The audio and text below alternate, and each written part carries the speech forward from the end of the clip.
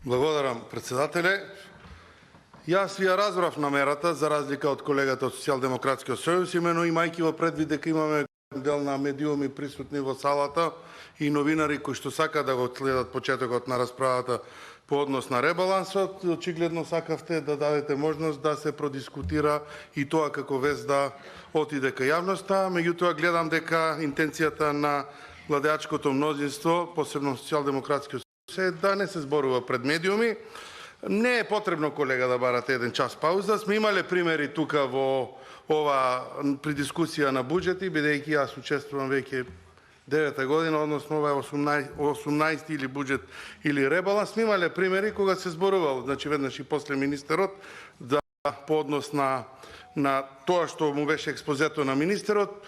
Очигледно е дека во моментот нема потреба од стенограми, затоа што државата, граѓаните ја гледаат во каква ситуација, а не пак пратениците кои што ќе треба да дискутираат на овие теми, имајќи во предвид дека секојдневно идат жалби од граѓаните на нивна за состојбата. Меѓутоа, бидејќи гледаме дека сакате да барате еден час, пола час пауза, дека сакате да обстрирате говорот, критичката мисла и начинот на функционирање, не е проблем. Председателе, јас би се сложил, еве, дајте половина час пауза или колку побара од Социјалдемократскиот сојуз, да изготвени стенограмите, пак ќе продолжиме, а очекувам дека со тоа нема да згасне и интересот на јавноста, затоа што навистина треба да го проследиме овој ребаланс, бидејќи државата се наоѓа во состојба како што се наоѓа. И за да не губиме време, добро е веднаш да дадете пауза и да се изготват стенограмите. Благодарам.